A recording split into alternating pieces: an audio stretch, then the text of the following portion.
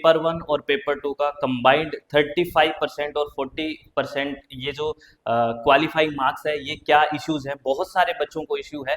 ये नोटिफिकेशन में क्लियरली लिखा हुआ है, वो बात मैं आपको बता देता हूँ, बहुत आराम से सुना है। 35% की बात करता है और 40% की मार्क्स की बात है। वो बात क्या है बेसिकली, बहुत बच्चों को एक कन्फ्यूजन है, उस कन्फ्यूजन को आज हम खत्म कर देते हैं। बेसिकली आप इस नोटिफिकेशन में जाओगे तो यहाँ लिखा हुआ है procedure and criteria for declaration of result, कि रिजल्ट को डिक्लेयर कैसे करेंगे। जैसे 6% नेट लेंगे अपर, ठीक है।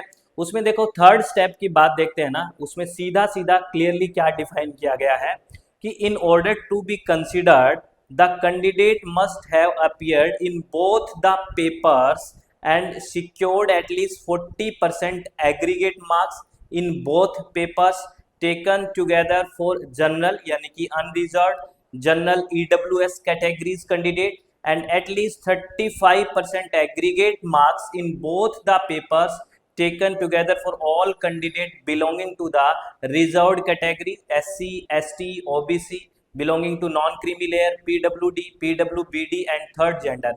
40% और 35% ये एक एग्रीगेट मार्क्स है, क्वालिफाइंग मार्क्स है। इसका मतलब ये नहीं है, आप इस बात को क्लियर मान लीजिए कि आप पेपर वन और पेपर टू में मिला के अगर आपको 40% मार्क्स आ गए, आप जनरल कैटेगरी में हैं, या फिर S T OBC non creamy layer में 35% दोनों को मिला के आ गया तो आपका नेट या जेआरएफ क्लियर हो जाएगा। इस बात पे मत जाइए।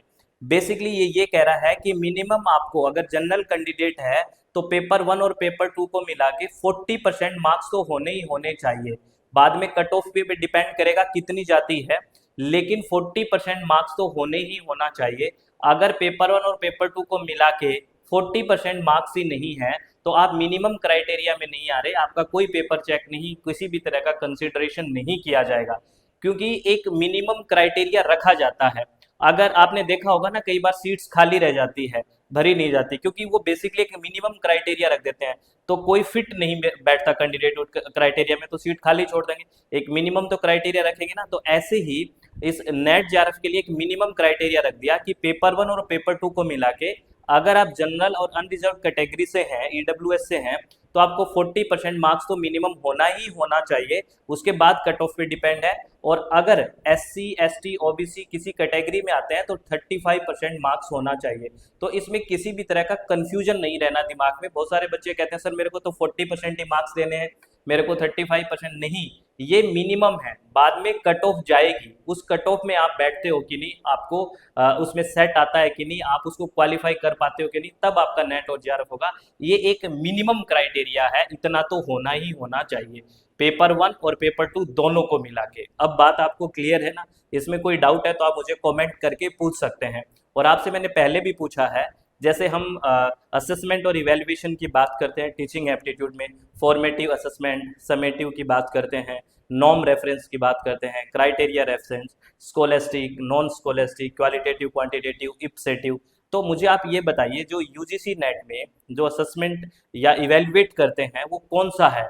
क्राइटेरिया रेफरेंस है, नॉन रेफरेंस है, या समेटिव है, या कौन सा है? आप एक बार कमेंट करके बताइए, पता लगे कि आप बिल्कुल प्रैक्टिकल चीज़ों को जोड़ पाते हैं कि नहीं। ठीक है। UGC net JRF paper one की तैयारी के लिए वीडियो को लाइक करें, वीडियो को शेयर करें ताकि आपके साथियों को भी मदद मिले। चैनल को सब्सक्राइब करें और बेल आइकन दबाएं ताकि हर अपडेट आपको सबसे पहले मिले।